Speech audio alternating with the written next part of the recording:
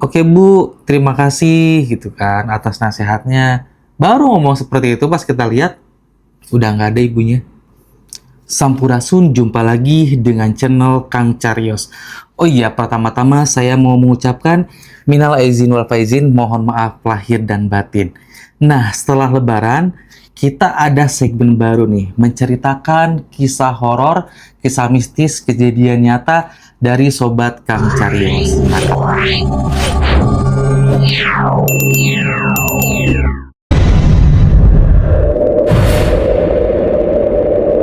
Nah, karena ini segmen yang pertama, episode pertama, jadi kali ini akan menceritakan kejadian nyata dari diri saya sendiri.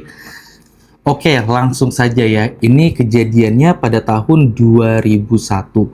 Saat itu saya masih duduk di bangku SMA. Saya bersama teman saya jalan menuju Kampung Kuta, sebuah kampung tradisional yang masih mempertahankan adat istiadatnya di Kabupaten Ciamis. Nah, langsung saja kita berangkat nih Sabtu pagi dari Banjar Patroman.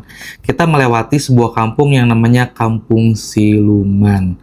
Nah, kita jalan kaki karena waktu itu kita tidak ada yang punya kendaraan. Nah, kita jalan mulai dari jam 10 pagi. Pertama-tama sih seperti biasa, kita melewati perkampungan, makin lama rumah-rumah makin gak ada, makin sepi.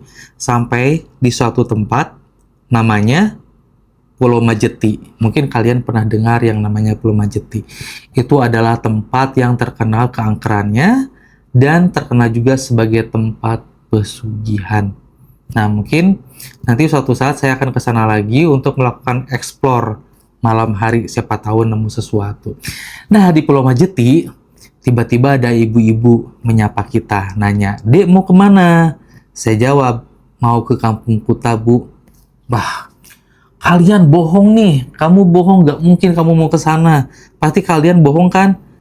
"Enggak, Bu, kita beneran kok mau ke Kampung Kuta."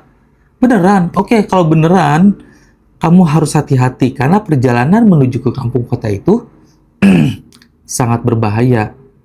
Tempatnya itu dari sini ke sana itu sangat angker. Jadi kalian harus hati-hati dan jangan lupa untuk berdoa." Itu kata ibunya. "Oke Bu, terima kasih gitu kan atas nasihatnya." Baru ngomong seperti itu pas kita lihat udah nggak ada ibunya. Padahal di situ tidak ada pohon yang besar atau dinding, nggak ada. Tapi ibunya tiba-tiba udah nggak ada. Oke lah, itu salah satu kejadian yang menurut saya lumayan agak shock ya.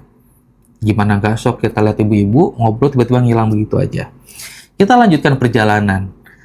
Semakin sore dan akhirnya malam hari pun tiba. Gelap nih, kita udah menuju ke hutan waktu itu, udah nggak ada rumah penduduk. Kita hanya berbekal satu senter dan kompas. Dan penerangan yang lainnya itu adalah dari jamur. Jamur yang di tengah hutan itu kan kalau malam hari dulu tuh suka nyala. Nah, kita penerangannya dari itu juga, plus ada sedikit bulan lah, bulan separuh waktu itu kan.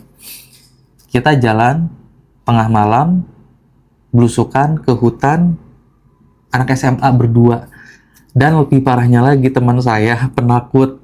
Jadi selama perjalanan kan mata saya tuh menangkap beberapa bayangan putih berkelebat sana sini.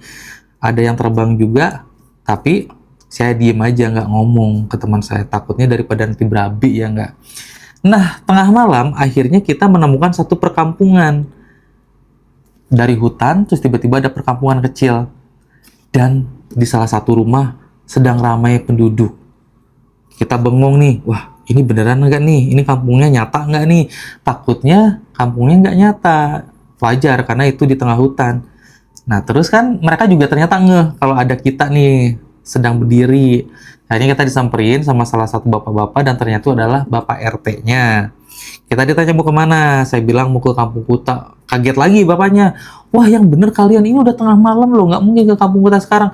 Udah kalian nginep aja di rumah bapak," gitu kan. Akhirnya saya tanya juga, "Pak, itu sebenarnya ada apa sih rame-rame gitu kan penduduk?" "Oh, ternyata di situ ada penduduk yang meninggal. Jadi dijaga ini karena meninggalnya malam hari dan akan dikebumikan besok paginya."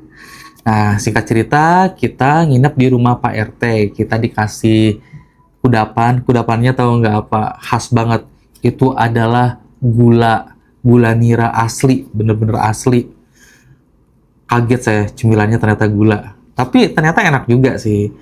Nah, singkat cerita, kita tidur setelah ngobrol-ngobrol sama PRT-nya.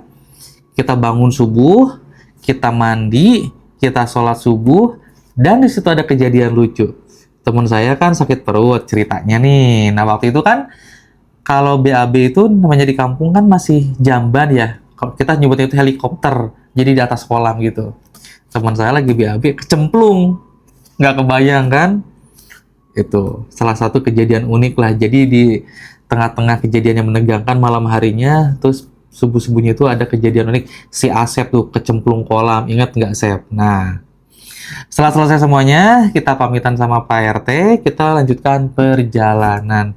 Sampai akhirnya setelah berapa jam perjalanan, 1 jam atau berapa gitu, pokoknya nggak terlalu lama, sekitar jam 8, kita akhirnya sampai di gerbang Kampung Kuta. Ternyata, takjub banget saya melihatnya. Kampung Kuta itu ternyata bersih banget, terus pemandangannya, sawahnya tuh bagus banget, pokoknya indah banget lah di situ. Kita masuk ke Kampung Kuta tersebut, dan di situ adalah bangunannya khas. Bangunannya itu tidak ada yang dari tembok 100%. Jadi paling ada yang dinding dari tembok itu cuma di bawahnya aja, tapi ke atasnya itu adalah dari anyaman bambu, bilik kalau kata orang Sunda mah. Dan rata-rata di sana rumahnya rumah panggung. Terus kita disambut dengan sangat ramah oleh salah satu tetua di situ. Kita disambut dengan sangat ramah, kita disuguhin cemilan lagi, gula, terus kita diajak ngobrol, ditanya-tanya. Akhirnya kita bertukar pikiran nih, jadi kita menambah ilmu lagi nih. Kalau Kampung Kuta itu kan kampung adat yang masih melestarikan adat istiadat dari leluhur. Di situ banyak sekali larangan. Salah satunya adalah rumah tidak boleh full 100% dinding. Ada yang pernah membangun rumah dinding semua dan tahu nggak besoknya kebakaran. Terus kita juga di situ harus mentaati peraturan, tidak boleh ngomong sembarangan, tidak boleh melakukan tindakan-tindakan yang tidak sesuai dengan aturan. Waktu itu di situ sedang ada mahasiswa dari Bandung yang sedang melakukan KKN, ada beberapa mahasiswa. Nah, ketika berkebun, mahasiswa tersebut ada yang ngomong sembarangan alias sompral. Tahu nggak malamnya? Rumah tempat mereka menginap dikelilingin harimau. Kebayang takutnya seperti apa? Nah, itulah.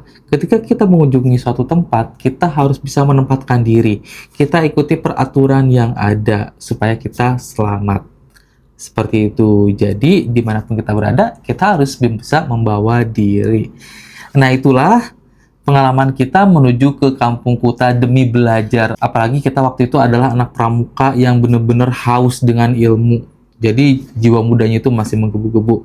Dan ketika pulang, alhamdulillah, saking baiknya tetua dari Kampung Kuta tersebut, kita diantri naik motor. Lumayan, bisa memotong perjalanan 3/4 lah. Dan pengalaman tersebut tidak akan saya lupakan sampai sekarang. Mudah-mudahan suatu saat nanti saya bisa main lagi ke Kampung Kuta dan eksplor lebih dalam tentang Pulau Majeti. Nanti saya share di sini ya, kalau saya sudah ke Pulau Majeti. Karena saya pengen banget ke sana malam hari, pengen lihat apakah ada praktik pesugihan di situ atau kejadian apa yang ada di Pulau Majeti. Mungkin itu cerita dari saya sebagai episode yang pertama. Nah, bagi kalian yang punya cerita apa aja, boleh di-share ya, tinggal kirim aja ke email di bawah ini. Nanti saya bacakan. Dan siapa tahu mungkin kalau kalian ada masalah tentang apapun, nanti bisa kita bantu. Kita kasih solusi lah. Mudah-mudahan ada solusinya. Mungkin seperti itu, sekian dari saya. Dan tunggu cerita selanjutnya. Jangan lupa like, share, dan komennya. Dan tentu saja subscribe. Oke? Hatur nuhun.